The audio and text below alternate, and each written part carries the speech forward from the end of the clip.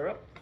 All right, so my presentation is about salmon, and specifically in the state of Washington, Pacific salmon, and kind of the path that they've been on in the last couple hundreds of years up until now. The last 50 years has been the most extreme conditions that salmon have been through and the biggest changes for their species. But here's a quick overview.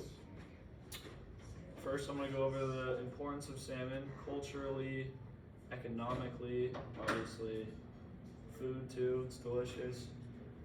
The problems that they've gone through in the last 50 or so years, which has resulted in their decline overall, and what we can do to bring them back to the levels that they were at hundreds and even thousands of years ago.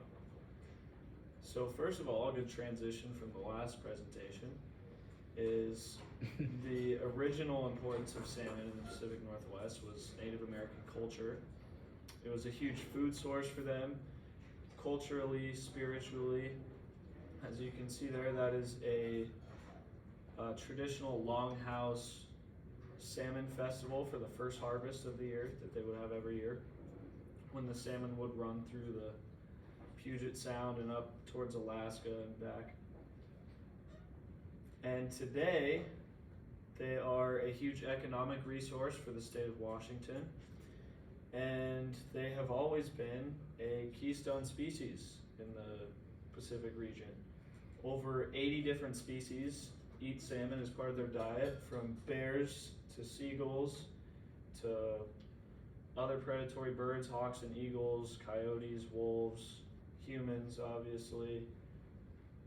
And they're also very important when they go spawn in the rivers and streams. When they die, they provide nutrients to the soil that strengthens riverbanks and gives nutrients to the plants around there. And I think this picture is really cool because it shows the seagulls are trying to eat the eggs while the bear's just eating the whole salmon. They're like fighting over it. That was pretty cool. And that is Pike's Place Market in Seattle, which is probably the most famous building or business in Seattle besides the Space Needle, if I had to say. And what's happened recently with salmon, as you can see here in this chart, the last 50 years or so, salmon have declined pretty rapidly. Obviously, as you can see there, it depends on the species. How do I do There should be a laser thing? It should be just above the left and right. You see that little button? There we go. Oh, there we go. Yep. So Colo salmon have declined pretty rapidly, where chum salmon have, you could even say they've gone up or just stagnated. But there are 14 salmon species and steelhead species, they group them together, in the state of Washington that have been declared either at risk of extinction or endangered. And the reason that they've declined is, the main reason in the beginning of the problems was overfishing. Once colonization really took over in the 1800s in the Pacific Northwest, salmon were a huge food source. So overfishing became problematic. Climate change recently has became more of a problem as the water temperatures have heated up a couple degrees. It affects the salmon's migrations, when they migrate, when they run, stuff like that. Habitat loss has been big, with some rivers drying up, and part of that has to do with migratory route obstructions, which are mainly from dams. Washington is powered over 80%, I believe, by hydropower, with the Columbia River and the Snake River and even the Spokane River, where I'm from. There are several dams along all of those rivers that can block salmon migration routes. There's a salmon ladder on the Columbia River, which is helpful to them, but that they have to go through the salmon ladder at all. Some salmon don't make it through the salmon ladders or up the salmon ladders, or they can't find it, or whatever the reason may be. It's more problematic than just going up the river like they normally would 150 years ago when it was nice and wide and not steep.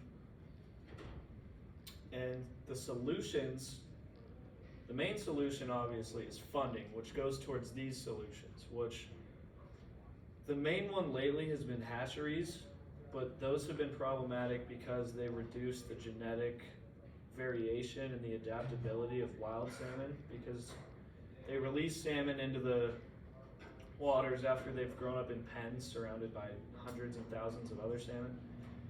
So they're not used to running from sharks and killer whales, and they don't exactly know when and where to migrate to, as well as wild salmon.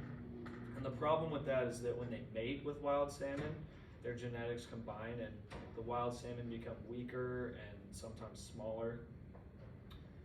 And a lot of the times they just don't even survive in the wild as much. Land reclamation has been big. That's what most of the money goes towards federally and statewide, because fixing land for salmon, like providing them with more habitats that they used to have that they lost, whether it's due to logging or rivers and creeks drying up, reclaiming those lands has been helpful to provide them with more habitat to spawn. Salmon migration routes, that's like salmon ladders right here and salmon chutes so that they can go down the dams towards the ocean without getting sucked into the turbines in the dams. Climate change is obviously, there's bigger impacts that climate change has than salmon. So in terms of specifically helping salmon, fighting climate change isn't the most direct way to do that, but as that becomes more of a global effort in terms of other areas such as agriculture, it'll help salmon as well. Preventing pollution, oil spills are bad for salmon, or dead zones created by nutrients from fertilizer runoff and stuff like that. It's very harmful. And fishing regulations, those have been shown to, those are one of the biggest solutions so far that have been shown to actually work. There's all sorts of fishing regulations, from limiting total catch by industrial fishermen, limiting individual catch to fishermen like me that might go out there, limiting fish catches to only those that are produced in hatcheries and raised in pens, which you can tell because they clip the adipose fin off of the back of the salmon, which means you force, if I were to catch a wild salmon, I might have to return it, but if I catch a hatchery one, I can keep it. And also making it to where that you can only fish for a certain species in a certain few weeks or months of the year, and you can't touch them otherwise. Those have been shown to be helpful. And the progress towards that has really grown in the last 10 or 15 years once we've realized that the salmon populations are declining and more research has gone into it. Obviously, all of the progress cannot happen without funding, which has increased in the last 10 to 15 years, federally, locally, private. And it has produced results such as those, which are related to mainly land reclamation and fixing their migratory routes through the dams and like salmon ladders. And right here they fixed this is on the Nooksack River in western Washington, where they fixed a river had dried up enough that the bank was blocked off from where the salmon normally go, so they fixed that bend right there so they could swim back through. And that is a person putting up a salmon net that leads into this chute here to keep them from falling into the turbines of the dam that river has. And funding has continued increasing up until this year, and as it increases more, it will help salmon hopefully get back to the populations that they were at a long time ago. Cool. Thank you.